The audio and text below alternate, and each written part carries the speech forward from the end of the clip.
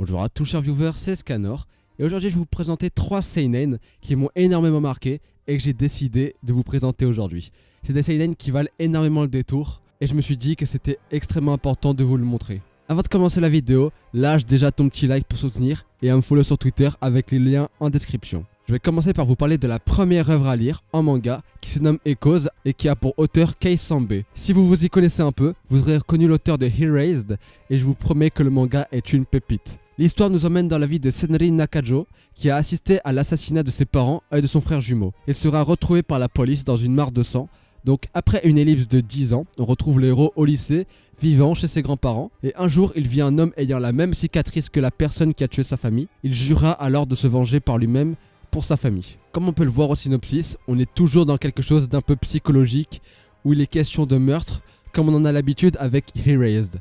Ne vous y fiez pas, je trouve ce manga encore plus mature et sombre qu'a pu l'être Erased. Ce manga aborde le genre thriller, mystère et school life et il a déjà 6 tomes publiés en France chez Kiyun. On passe ensuite à la deuxième œuvre qui est Ikigami. C'est un seinen ayant pour auteur Mase Motoro, abordant la mort et la psychologie sous un fond de science-fiction. Ce manga nous plonge dans un Japon moderne, dans une société un peu futuriste, et qui nous raconte l'histoire de Fujimoto, qui est un employé de l'État chargé pour livrer l'Ikigami. L'Ikigami, c'est un préavis donné à une personne sur 1000 au Japon, qui te dit que tu as 24 heures pour vivre et que tu mourras après les 24 heures passées. C'est une loi qui a été mise en place par le gouvernement japonais et sert à développer un esprit critique chez la personnage principale. Dans cette histoire, vous verrez non seulement ce que les êtres humains peuvent faire quand ils n'ont plus rien à perdre, quand il ne reste plus que le désespoir et qu'ils sont libres de faire ce qu'ils veulent. Ce manga est fini avec 10 tomes publiés en France chez Kazé.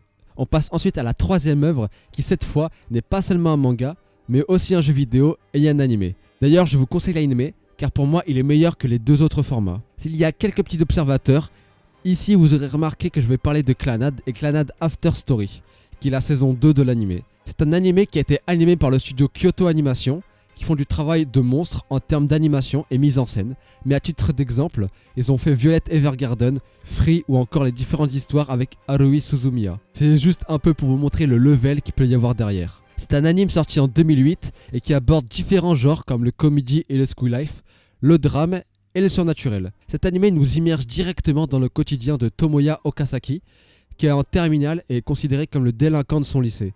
Il a une vie plus que plate, et d'ailleurs ce sera très bien illustré car tout ce qui l'entoure sera recouvert de noir et blanc.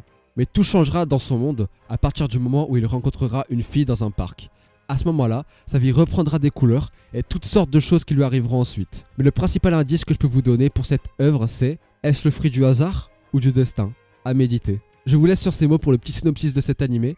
Et je rajouterai que le compositeur des musiques est Jun Maeda, qui a notamment fait celle de Charlotte, Angel Beats et Canon 2006. Merci d'avoir regardé cette vidéo, ça fait toujours plaisir de voir vos retours. N'hésitez pas à liker et commenter la vidéo pour le référencement, ça m'aide toujours. Même si vous n'avez rien à dire, n'hésitez pas à mettre un petit compliment ou un message de soutien en commentaire. D'ici la prochaine vidéo, portez-vous bien, c'était Scanor, au revoir.